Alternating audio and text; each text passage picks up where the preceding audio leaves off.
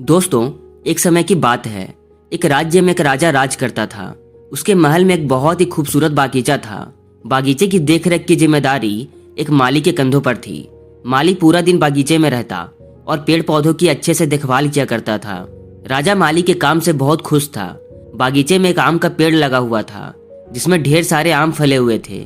एक दिन एक चिड़िया बागीचे में आई। उसने आम के पेड़ पर फले आम चखे।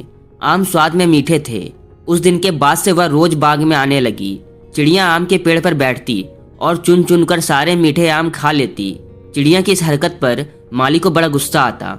वह उसे भगाने का प्रयास करता लेकिन सफल नहीं हो पाता। बहुत प्रयास के बाद भी जब माली चिड़िया को भगा पाने में सफल नहीं हो पाया तो वह राजा के पास चला गया।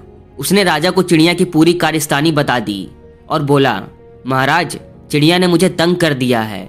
उसे काबू में करना मेरे बस के बाहर है। अब आप ही कुछ करें। राजा ने खुद ही चिड़िया से निपटने का निर्णय लिया। अगले दिन वह बाग में गया और आम के पेड़ की आड़ में छुपकर बैठ गया। रोज की तरह चिड़िया आई और आम के पेड़ पर बैठकर आम खाने लगी। अवसर पाकर राजा ने उसे पकड़ लिया। चिड़िया ने राजा की पकड़ से आजाद होने का बहुत प्रयास किया लेकिन वह बच नहीं पाई। अंत में वह राजा से याचना करने लगी कि वो उसे छोड़ दे। जब राजा इसके लिए तैयार नहीं हुआ तब चिड़िया बोली, राजन, यदि तुम मुझे छोड़ दोगे तो मैं तुम्हें ज्ञान की 4 बातें बताऊंगी। राजा चिड़िया पर क्रोधित था किंतु इसके बाद भी उसने यह बात मान ली और बोला, ठीक है, पहले तुम मुझे ज्ञान की वो 4 बातें बताओ। उन्हें सुनने के बाद ही मैं तय करूंगा कि तुम्हें छोड़ना ठीक रहेगा या नहीं। चिड़िया बोली, ठीक है राजन, तो सुनो। पहली बात, कभी किसी हाथ आए शत्रु को जाने मत दो। राजा बोला, ठीक है, अब बाकी की 3 बातें बताओ।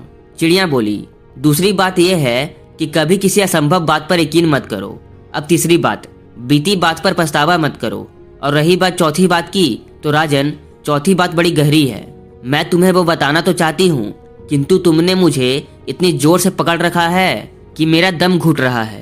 तुम मुझे थोड़ा ढीला करो तो मैं तुम्हें चौथी बात बताऊं।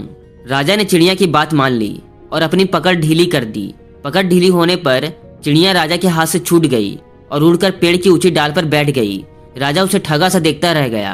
पेड़ की ऊंची डाल पर बैठी चिड़िया बोली, राजन, चौथी बात यह है कि ज्ञान की बात सुनने भर से कुछ नहीं होता, उस पर अमल भी करना पड़ता है।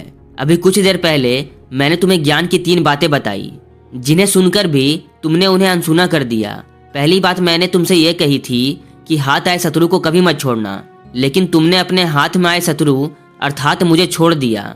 दूसरी बात यह थी कि असंभव बात पर कभी यकीन ना करें, लेकिन जब मैंने कहा कि चौथी बात बड़ी गहरी है तो तुम मेरी बातों में आ गए। तीसरी बात मैंने तुम्हें यह बताई थी कि बीती बातों पर पछतावा मत करो। और देखो, मेरे तुम्हारे चंगुल से छूट जाने पर तुम पछता रहे हो। इतना कहकर चिड़िया वहां से उड़ गई और राजा हाथ मलता रह गया।